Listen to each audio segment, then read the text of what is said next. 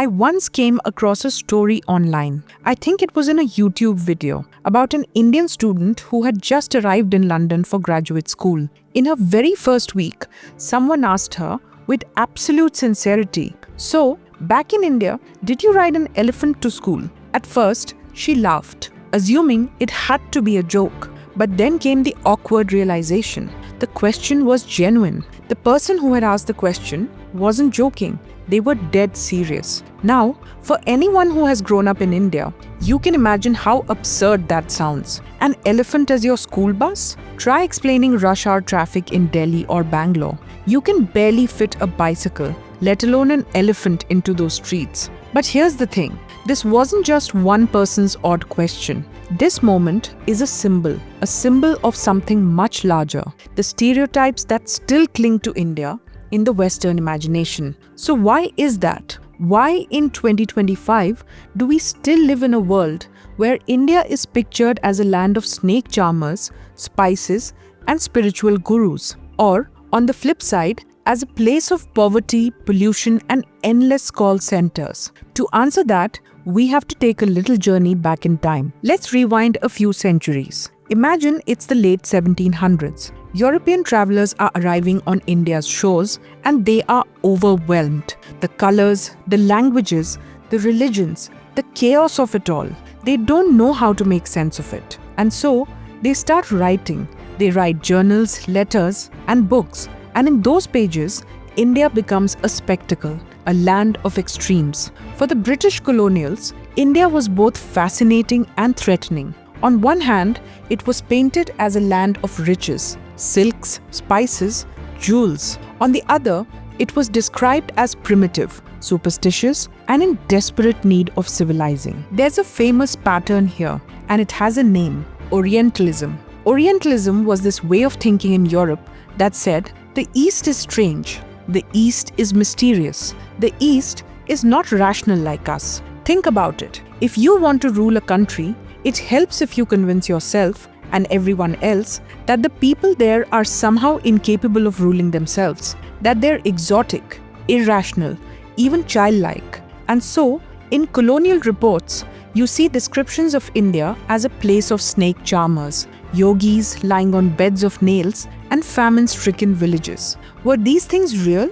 Yes, in some cases. But were they the complete truth? Absolutely not. The India of vibrant cities, sophisticated mathematics, political debate, that side of the story didn't make the headlines in London. When these accounts were sent back to Europe, they shaped the imagination of millions of people who would never set foot in India. The mystical Orient became a kind of storybook land for the West. And stories, once they take root, are very hard to unlearn. The colonial lens still lingers, like a filter on the camera through which India is seen. And unless we shine a light on these stereotypes, they keep shaping the way the West sees India, and sometimes even how India sees itself. So now, let's find out how modern media and pop culture help keep these stereotypes alive.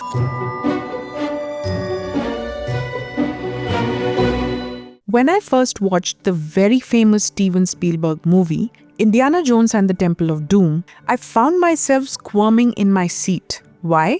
Because in that movie, India was portrayed as a land where people feast on monkey brains, worship occults, and live in snake-filled palaces. Now, did it make for thrilling cinema? Sure, but did it tell the truth about India?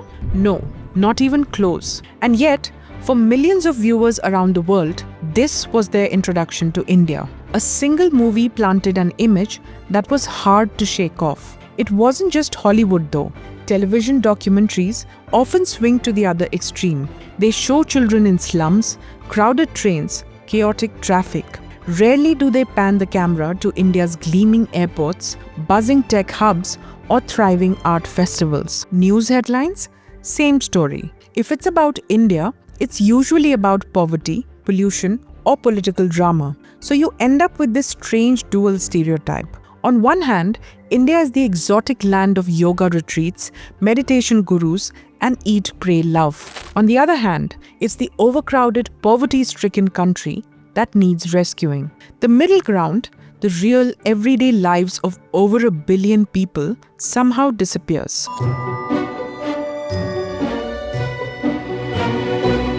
So here's the question: why do these stereotypes refuse to die? Part of the answer lies in psychology. Human beings love simple stories. Complexity is hard work. And India, with its hundreds of languages, religions, and contradictions, is anything but simple. So the Western imagination falls back on shortcuts: elephants, Bollywood dances, call centers. Globalization has only added to this irony. Think about it. Someone might order chicken tikka masala from Uber Eats, wear yoga pants, and listen to Indian fusion music, all while knowing almost nothing about India itself. There's also cultural laziness. If the old story works, why rewrite it? Journalists know that an image of a flooded Indian street will grab more clicks than a story about, say, India's thriving space program. And then there's the cost of stereotypes. For Indians abroad, it can feel exhausting to constantly play ambassador, correcting misconceptions. The bottom line: stereotypes persist because they're easy, they're familiar, and let's be honest, they serve certain power structures.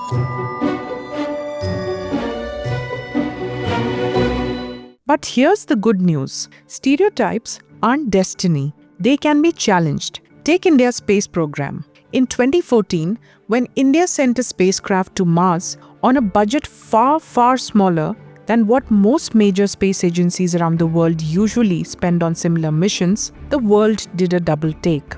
Suddenly, the narrative of poor India had to make room for innovative India. Or look at India's booming literary scene, writers who are shaping global conversations, not just local ones. And then there's the diaspora. Millions of Indians living abroad are everyday ambassadors, complicating the stereotype just by existing.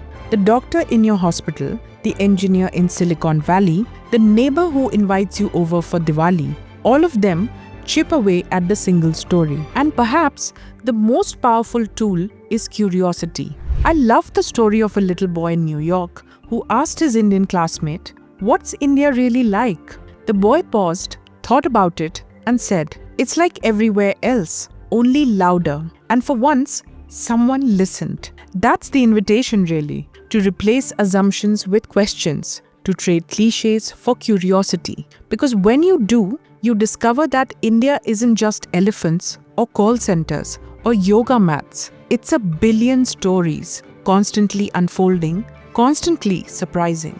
And that, more than any stereotype, is the truth. Thank you for watching this video. If you enjoyed it, please give it a like, share it with a friend, and hit subscribe so you don't miss the next one.